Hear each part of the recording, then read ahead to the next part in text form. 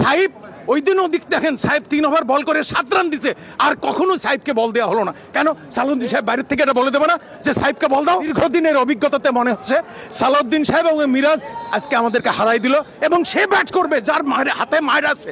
আপনি সম্ভব বুড়ো মানুষ, ও 6 মারতে পারে। একটা দেখেন একটা ফ্রি হিট পেয়েছে, সেখান থেকে কোনো রানই করতে পারে, 1 রান করছে। দেশের প্রেমিক মানুষ নাই, কি বলবো আর। মিরাজের ক্যাচ মিসটা কিভাবে দেখছেন? না হলে 5 রান হতো। শুনেন, মিরাজ এখন আমি কোনোদিন কোনো প্লেয়ারের বিরুদ্ধে বলতে চাই না, কোনোদিন। এখানে 2টা কাজ আমার ধারণা, আমার দীর্ঘদিনের অভিজ্ঞতাতে মনে হচ্ছে সালাউদ্দিন সাহেব এবং মিরাজ আজকে আমাদেরকে হারাই দিল, এবং বিগত আফগানিস্তানের সাথে যে আমরা সিরিজ হারলাম এটার জন্য সালাউদ্দিন সাহেব এবং মিরাজ দায়ী। ধন্যবাদ সবাইকে, আমি আর কিচ্ছু বলবো না। হ্যাঁ, মাঠে আসবো।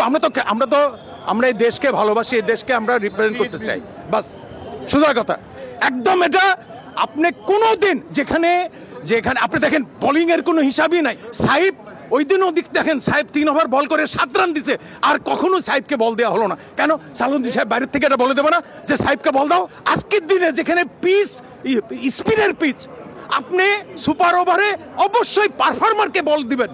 সাহেব আপনি অবশ্যই এখানে আপনি পাগলকে জিজ্ঞেস করেন, সেও বলে দেবে যে এখানে এটাকে বল দেওয়া উচিত, এবং সে ব্যাট করবে যার হাতে মায়ের আছে।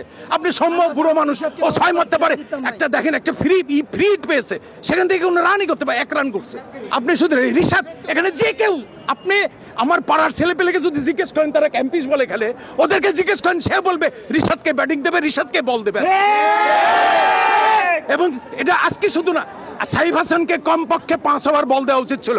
এর আগেও সাইফকে নিয়ে কিন্তু আলোচনা হয়েছে, এরা সাইফ হাসানকে বলই দিতে চায় না। আপনি দেখেন আফগানিস্তানের সাথে মিরাজ কত রান দিয়ে দিল, আপনি খেয়াল করেন। এগুলো বললে আমরা দোষ হয়ে যাবে আমাদের, যে আশেপাশে কথা বলছি। কিন্তু আপনি বলেন আজকে একটা জিতা ম্যাচ না, বলেন আপনি আফগানিস্তানের সাথে 190 রান আমরা কিভাবে দেখেন আপনি?